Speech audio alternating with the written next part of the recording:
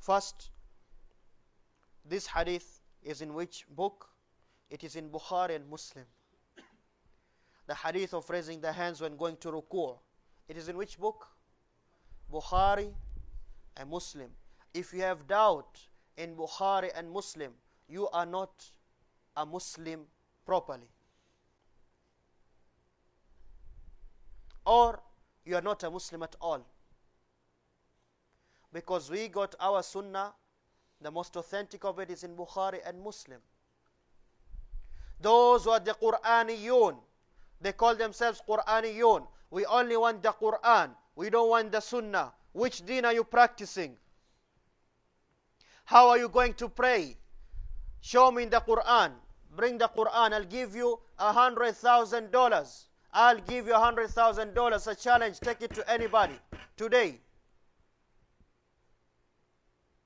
Show me the Qur'an. Where does it say pray 5 times a day? Show me. Take it to Tahir al-Qadri, Abdul al-Mudil. Tell him to show me. Those who say they are Quran, only Quran, you don't want the Sunnah. Show me. Why do you pray 5 times? Who taught you that? Show me. Let alone how to pray. Just show me that there's 5 prayers in a day.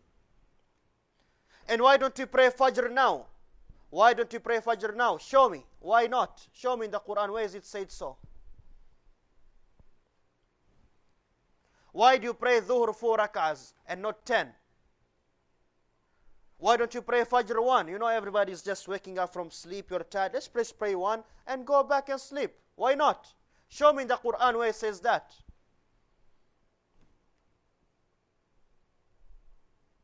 Why don't you just stand and recite whatever you want to recite, good words? Let's say Allahumma salli ala Muhammad wa ala Muhammad. Then you make salam. That's salah also. Why not? Why don't you do that? Who taught you that prayer? You say Quran only? How are you going to know who or what you have to give zakah from? What you have to give zakah from? And how much you have to give zakah from? What is the percentage? It is not mentioned in the Quran. What is the percentage of the wealth you have to give zakah from? It's not mentioned. Show me. $100,000. I don't have it now. I'll borrow. My masjid, we Abu Huraira and all the other Sunnis, we are ready to give you that 100,000. A'udhu billah. That is pure kufr. There's no kufr better than that. A'udhu billah. Saying Quran only. What Quran only? Which Islam are you teaching? How do you practice the command of Allah when He says, لَقَدْ كَانَ لَكُمْ فِي رَسُولِ اللَّهِ أُسْوَةٌ حَسَنَةٌ? There has been surely in the message of Allah a best example. How are you going to follow that example? Tell me. How are you going to follow that example? It is the Sunnah. The Sunnah is a description of the Prophet, how he lived. Allah gives a command telling you, go to the Sunnah. You get it? And many more other things. Many more other things. Those who say, well, the Mahdi was not mentioned in the Quran. The Dajjal was not mentioned in the Quran. So these things, we don't believe in them. It's true, the Mahdi is not mentioned in the Quran. Neither is the Dajjal. But they are mentioned in the Sunnah. And we have no doubt about that. Because also they say their main proof, you know what they say? What do they say? What do they say? Who knows them? What is their main proof? Those Qur'aniyun. They say we follow only the Quran. What do they have against the Sunnah? They say, this Sunnah was transmitted by people just like us. They could make mistakes. Bukhari was a person just like me and you. Masakin, majanin bal. If you say you cannot take the Sunnah because it was transmitted by people, who transmitted the Quran to you? Jibril came to you? Jibril came to you, or you met the Prophet ﷺ and he gave you the Quran, the same way the Sunnah was transmitted to us is the same way the Quran was transmitted to us.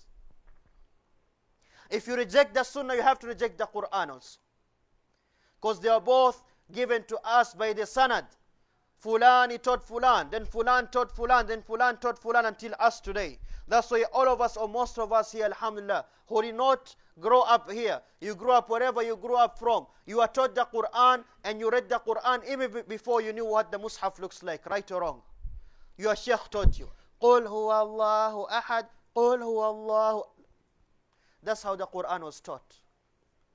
And that's how the Sunnah was taught. It was written and compiled in the Mus'haf later on. Later on. Some of the Sahaba, they died, they didn't see the Mus'haf we have today, but they memorized the whole Quran. They didn't have Sahih al-Bukhari, but they knew so many of the hadith of the Prophet ﷺ. Same thing. So if you want to reject the Quran on that claim, you have to reject. If you want to reject the Sunnah, you have to reject the Quran also. Then go and start your own religion.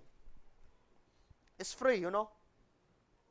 In this country, you can start your own religion any day you want. I don't think they even have like a form to fill. But there's forms for everything. There has to be a form. Go start your own religion. And inshallah, I'll be happy to see you in Jahannam. I'll be in paradise, inshallah, me and these brothers here, all of us. We'll ask Allah to put you in the depth of Jahannam with Abu Jahl. Because you are the ones who are corrupting this religion and taking people away. There's people who believe this. And it's strange that they come and pray with us also. They come to the Sunni Masajid, yet they have these corrupt beliefs. And then they hide. If you tell him, Ya akhi, come, let me teach you. Let me teach you. He does not want. It says, these hadith, they were written by the Wahhabis. I laughed the other day, I said, what? So Bukhari is a Wahhabi now? That's the craziest thing you can even hear. Bukhari was a Wahhabi? Who's a Wahhabi anyways? There's no Wahhabis. They don't exist. It's just a title. People, they put it there to scare people. And they did this before for the prophets. What about me and you? I said, don't listen to Muhammad. He's crazy. He's just a poet. He has a jinn who disturbs him, Muhammad. Yes, sallallahu alayhi wasallam. What about you and me? Now they do the same to his deen, but it's another way. They don't say that Christ says, no, those ones. And they give you a title, whatever they want. So many titles now. So this thing of rejecting the Sunnah, it is kufr.